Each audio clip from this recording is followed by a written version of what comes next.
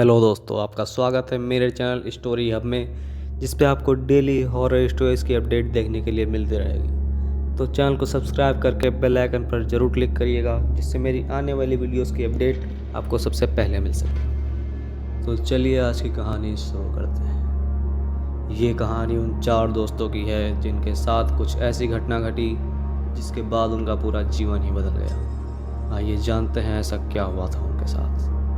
मुंबई की रहने वाली प्रिया शर्मा अपने 3 दोस्तों रवि, साहिल और विजय के साथ शिमला जाने का प्लान बनाती है। वो सब शिमला जाने के लिए बस में बैठ गए और कुछ ही देर में प्रिया सो गई। अचानक प्रिया की नींद खुल गई तो उसने देखा कि बस में कोई नहीं था। बस का ड्राइवर भी नहीं था, बस अपने आप ही चल रही थी। उनके सारे दोस्त बस में नहीं थे। यह सब देखकर डर के मारे प्रिया ज़ोर ज़ोर से चिल्लाने लगी। अचानक उसे लगा कि उसके पीछे कोई खड़ा है। जब उसने पीछे मुड़कर देखा तो वहाँ पर एक औरत बैठी हुई थी। उस औरत का चेहरा जला हुआ था। ऐसा लग रहा था कि किसी ने उसके चेहरे पर एसिड फेंका हो। ऐसा भयंकर चेहरा देखकर प्रिया ने चिल्लाना शुरू कर दिया, बचाओ बचाओ बचाओ। और अचानक से प्रिया की नींद उड़ गई। वह एकदम डरी हुई और पसीने से पूरी भीग गई थी।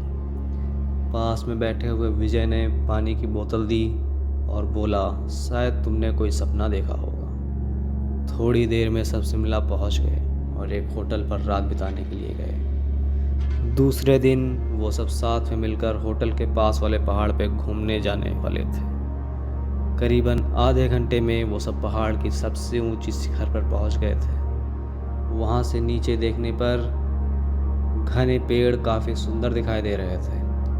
अचानक साहिल चौंक गया और बोला, नीचे देखो कोई खड़ा है, लगता है कोई औरत है। विजय और रवि भी देखने लगे, लेकिन उन्हें कोई नहीं दिख रहा था और बोले, तू पागल हो गया है क्या? क्या इस घने जंगल में कोई स्त्री हो सकती है? तुम्हें शायद कोई भ्रम हुआ होगा। उसके बाद वह सब खुली जगह पर चले गए। रात होने वाली थी, इसीलिए उन सब ने पहाड़ पर ही रुकने का निश्चय किया। उन सब ने वहाँ पर तंबू लगाया और खाने पीने का सामान बाहर निकाला।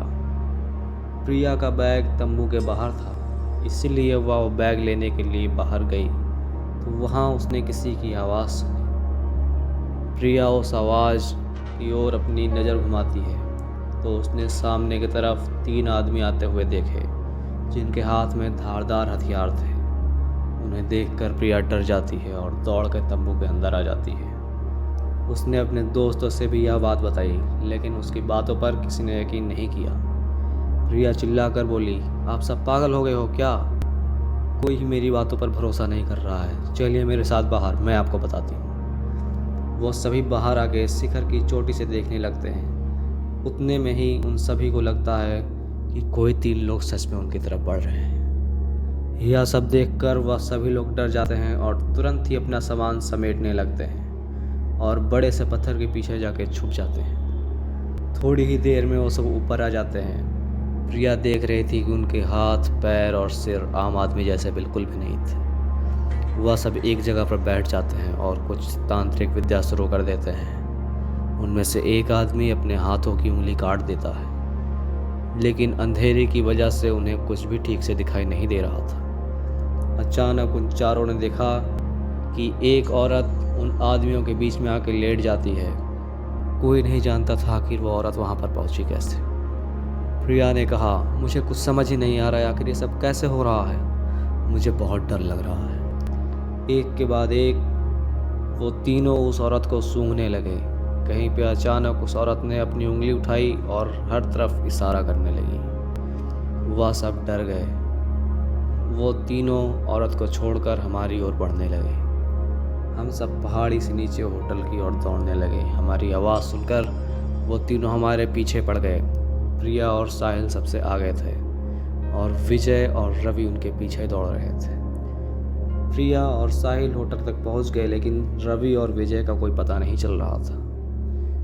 हमने होटल वालों से उनके बारे में बातें की तो उन लोगों ने कहा कि उस पहाड़ पर कोई नहीं जाता है, वह पहाड़ श्रापित है। वहाँ जो भी जाता है वो कभी वापस नहीं आता है। आपकी किस्मत अच्छी थी कि आप अभी ज़िंदा हैं। लेकिन हमारे दोस्त रवि और विजय कभी भी वापस लौट कर नहीं आए।